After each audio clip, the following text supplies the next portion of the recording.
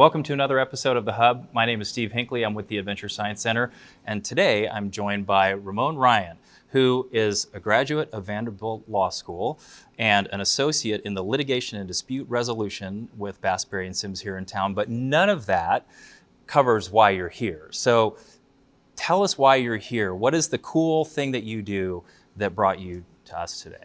Well, thank you so much for having me here. I am here to talk about space law. It's something that I'm very passionate about, and I got involved with it in law school, and it's just a really exciting field right now. I feel like we're at the emerging side of space law. So first of all, what is it for those of us who aren't really terribly familiar with space law, and how did you get into this thing? Yeah, so space law is a very broad field. Almost every area of law touches on it. So a few examples: property law. We'll need to decide if a company lands on an asteroid and wants to mine it, what are the property rights there? Who owns that material? Criminal law. Recently, there was an incident on the International Space Station where there was a potential crime that happened. And who has jurisdiction over that? And then the area that I'm very connected to is the regulatory aspect of it. And so that includes licensing, for launching, for, applications with the FCC to be able to position a satellite. So it encompasses a lot of things. And in each of these areas, as you were saying, it's emerging. So we're figuring it all out together right now. Do you feel like where you are all figuring out the sort of jurisdiction elements of space law as well as the realm of what it's going to cover, do you feel like that's keeping pace with how quickly people are starting to get more into space? I mean, over the last year, we're getting closer and closer to civilian launches into space. And I feel like this is almost sort of like the issue with stem cell research, for example, where the science, the biology went so fast that the laws had to kind of rush to keep up with that advancing science. Are you sort of in the same place now, or do you feel like we're kind of wrapping our heads around this? We're in good shape to be prepared for when these eventualities happen? It's very much like stem cell research. We are not keeping pace at all. The commercial space industry is moving much quicker than the government can keep up and laws can keep up. So I think that's one of the reasons why I like talking about it so much, is because it's something that we definitely need to think about. Just to give you an example, we had, just a couple of years ago, around 2,000 satellites orbiting the Earth. But now you have companies like SpaceX, Blue Origin, different countries who are launching these mega satellite constellations. And just one of those constellations can include over 100,000 satellites. So yes, we're moving very quickly, and so it's good to be thoughtful about what we want as a society as far as rules for the road when it comes to how we interact with space.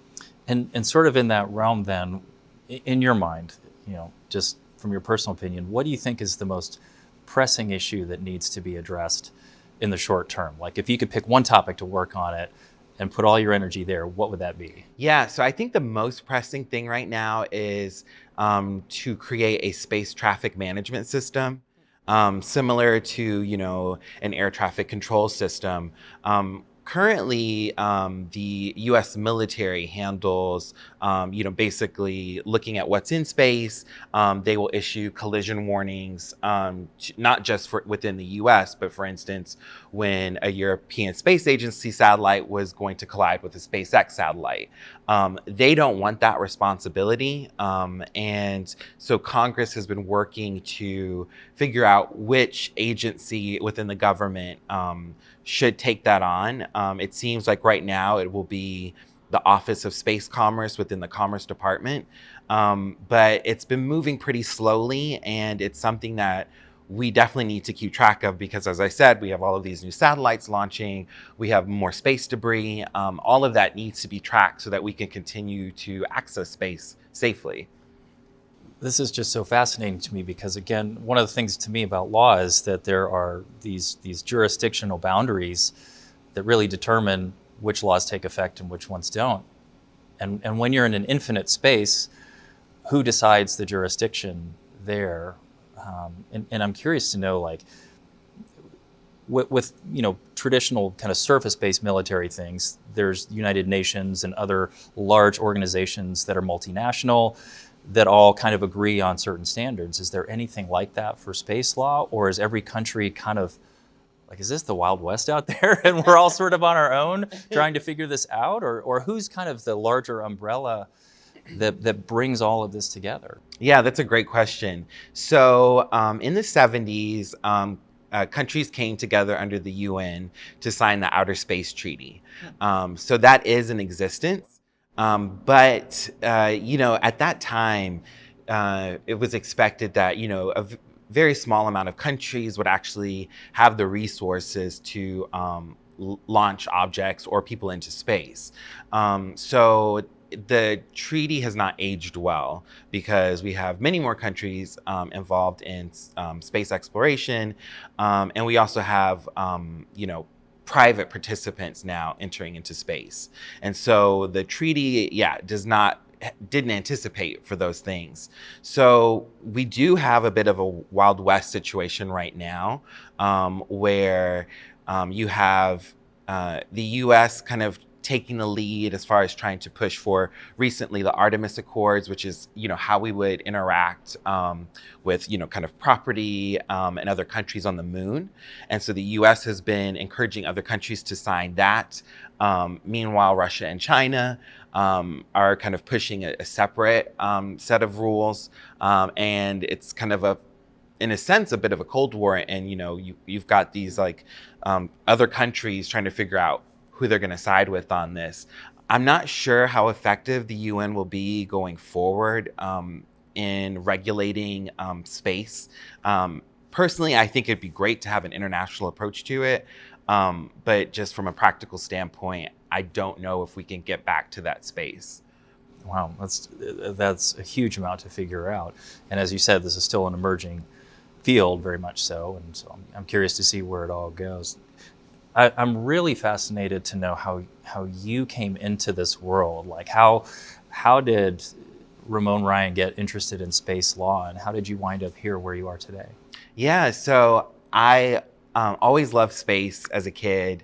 I grew up watching Star Trek and Star Wars, and my favorite movie was Contact growing up with Jodie Foster. And so particularly from that movie, I thought, I should be an astronomer.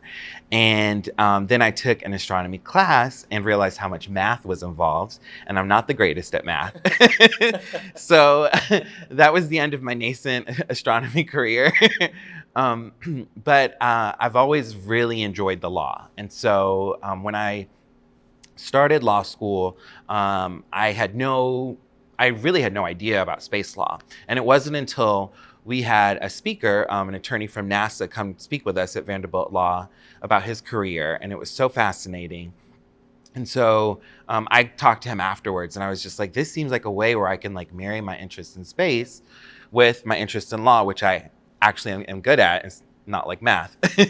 And so he recommended that I start a space law society at Vanderbilt, which I did, and it was a huge success because a lot of people are just interested in space, even if they don't want to do this as their practice. And so, so we had a good amount of members our first year. It's still going on today. And then I wrote an academic piece on a particular issue with the regulation of these mega satellite constellations. And that got attention in the press. And so from that, it just kind of carried forward. I started attending industry conferences. That's kind of how I ended up here. I love how you so casually say it got some attention in the press. You were published in Scientific American, that's a pretty big deal. And it's fascinating. Again, part of what we love to explore in this series is that intersection between science, technology, engineering, arts, and math, as well as non-traditional fields related to science, technology, engineering, arts, and math. And you really straddle both. I mean, to that point of that early passion of yours for space, you've managed to translate that into a career that is working in a very different realm around space. Do you still get fascinated by, the solar eclipse, these kinds of events? Is that still just something extremely important to you? Yes, absolutely. Still am a huge fan of space, and I just, for instance, most people take a trip after they take the bar exam. So for me, last year, I went out to New Mexico by myself and stayed right by the Very Large Array Oh, in nice. Socorro, New Mexico. From contact. From contact, yeah, I had to be close to it, and just stargazed. It was a fantastic trip. Yeah, that sounds like a phenomenal place. And I think out in that area is also where some of the recent launches have actually left from. Yeah, exactly. They have a great spaceport there. Yeah, that's phenomenal. Well, and it's just interesting to see how more and more of these places are starting to pop up with areas where eventually more and more civilians will get into space. And when are you prepared to go? Is that something that's like on your bucket list of, I have to be a civilian in space at some point, or are you good just to sort of study the law from down here? I get asked that a lot, and I just remind people that I'm still a lawyer and very cautious, so I probably will not go until all the kinks are worked out. But if that happens in my lifetime, I would love to go. Yeah, that's awesome. Well, one of the things that is also fascinating to me is that here, aside from the science, technology, engineering, arts, and math, and the law, you're also very focused on diversity, equity, and inclusion. And tell us a little bit about some of the efforts that you're supporting or that you're participating in to make law as well as STEM a more diverse and inclusive space. Yeah, that's a great question. When I first started law school, I expected that there were not that many opportunities for individuals from my community, from the African American community, from the LGBTQ community, to work in different areas of the law. And being in law school and going through the recruiting process, I quickly learned that there was a huge appetite for attorneys of color, for queer attorneys in the marketplace, and that the issue wasn't so much there, but it was with reaching children when they're in school. I started going to speak at different elementary schools and middle schools in the area, and I realized that for many Black students or for many queer students, they don't know attorneys. And so they just assume that this isn't a profession that's for them. And so by the time that, firms are ready to recruit, the numbers aren't there in law school. We just don't have enough, Black law students or queer law students. And so I think it's really important that, and this isn't just for the law, but for STEAM as well, to reach children, to get that implanted in their mind early. And I think that's why the Adventure Science Center is so fantastic in doing that.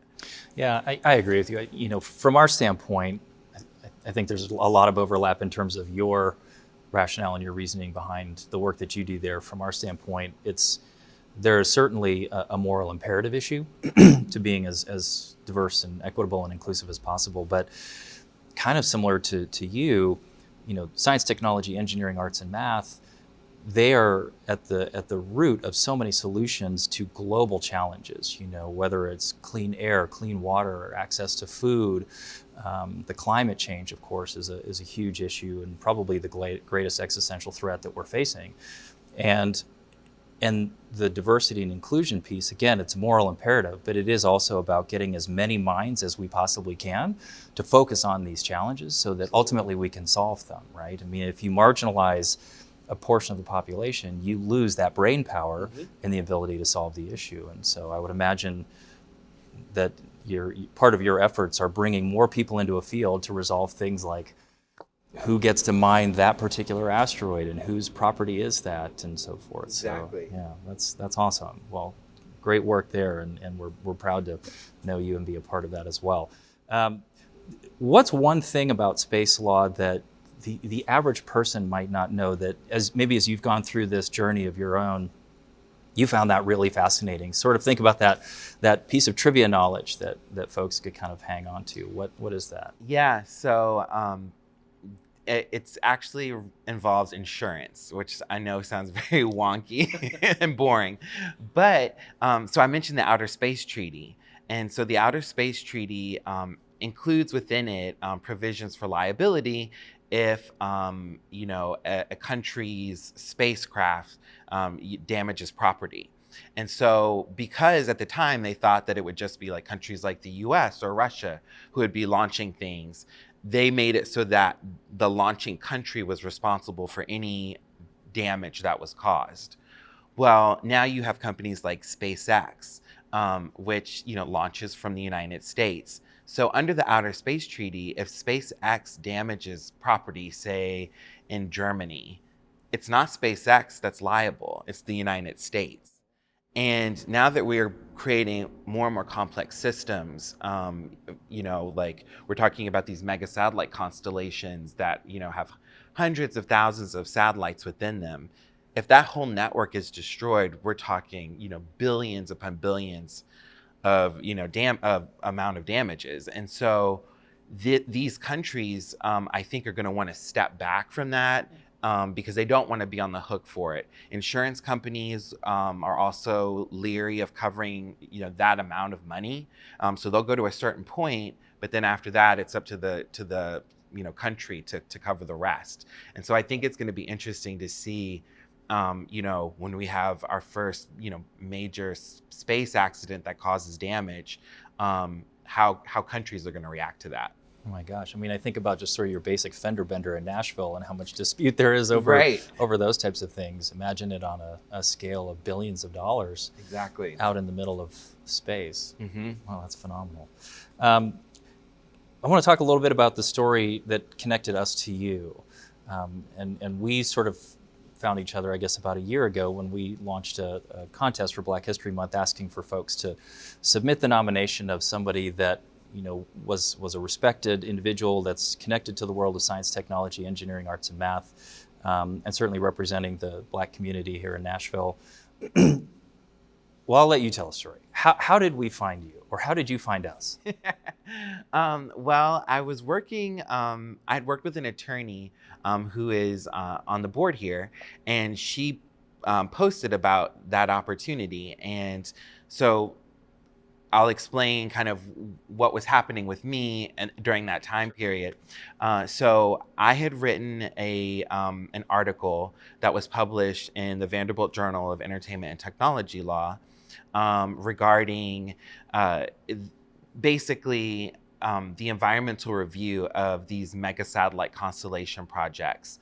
I knew that I was going to write an article on space law, but I didn't know what it was going to be about. And so I literally just started Googling space lawsuit and just tried to see like what was happening in that realm.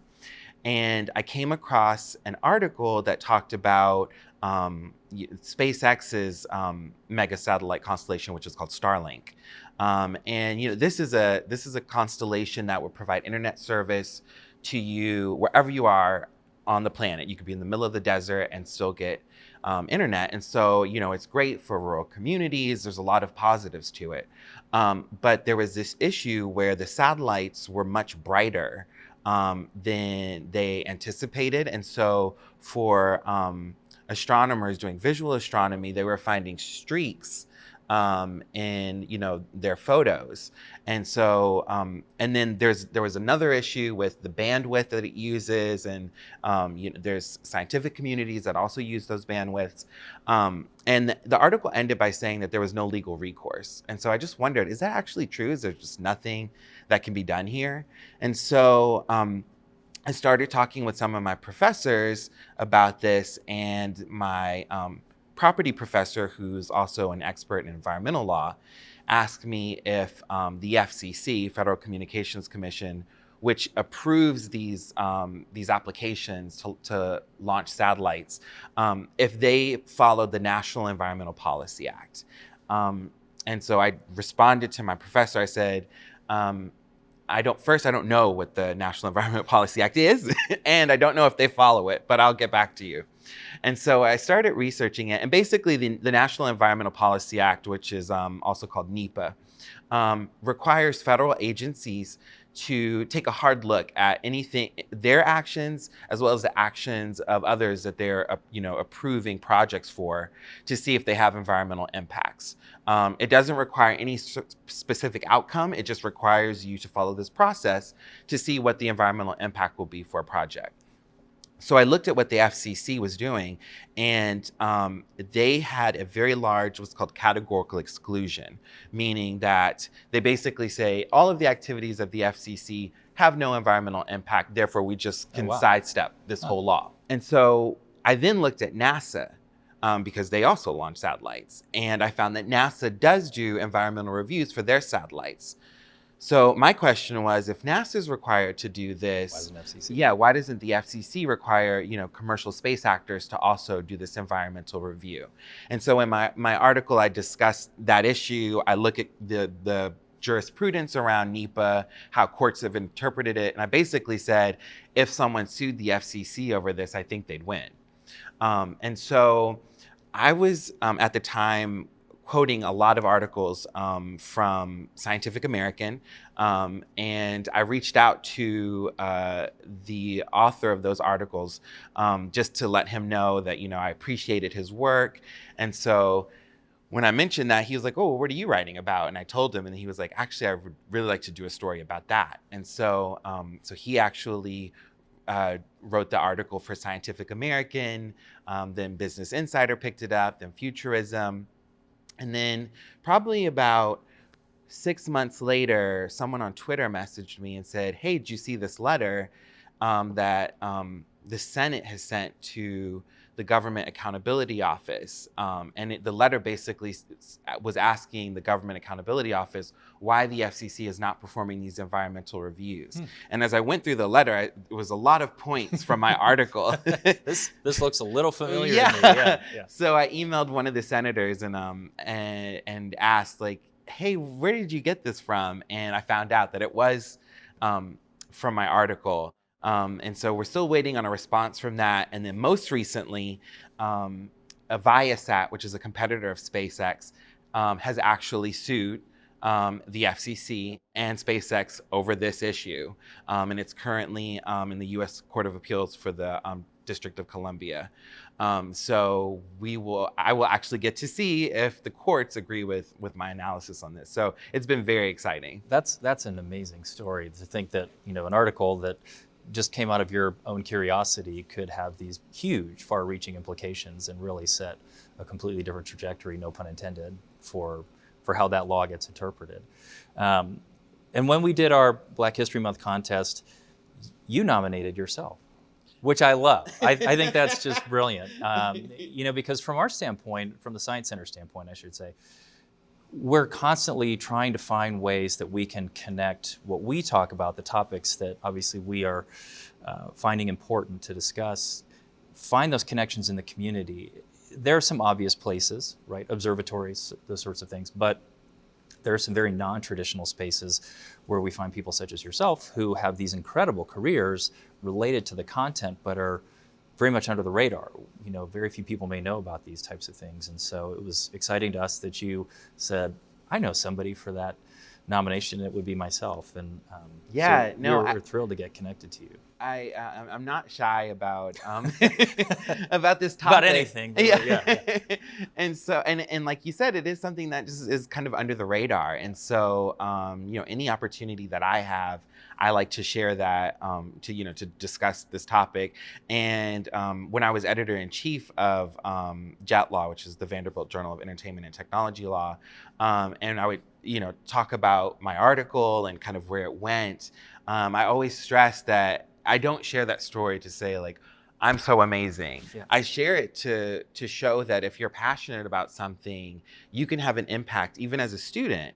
And I think that, as going back to the whole conversation about diversity, that was another emphasis of the journal too, is we wanted to open up scholarship to more diverse viewpoints, because as you said, that's how we're going to be able to solve these problems. Right. And I love the fact that you are aware that your ability to speak about what you do could influence others. And it really is about creating more opportunities for other individuals. And so one final question that I would have for you is, I don't know how much you think about this, but if you were to give yourself advice, when you were 10 years old or whatever, our typical audience is going to be families with kids, usually in that age range. And so if you're talking to a young Ramon, what is that advice that you give yourself that helps others understand how they can become you?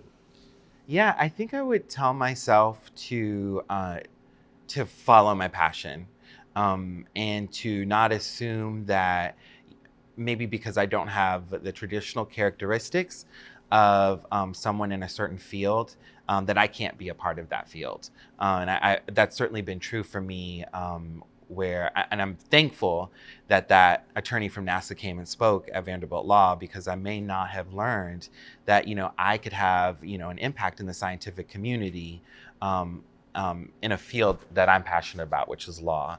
And I think that's true for others. So yeah, I hope that parents encourage their children to follow their passion wherever it takes them, and even if they don't think that they have a traditional role in the scientific community of being like a biologist, that there's room for everyone here in science and in space. Well, I love that message, and that's so much about the Science Center's role as well, is just inspiring that passion and encouraging people to continue pursuing that and finding that curiosity that ultimately drives it forward. Well, I want to thank you for being here today and Thanks spending for this having time. me. Yeah, absolutely. And thanks for spending time with us. Thank you for all you're doing to help us figure out how we're going to sort of journey into that next frontier, and then certainly how that next generation of young individuals is going to follow in your footsteps and help us solve some of these big challenges. So thank you, Ramon. It's good to talk with you. Absolutely. Thank you so much.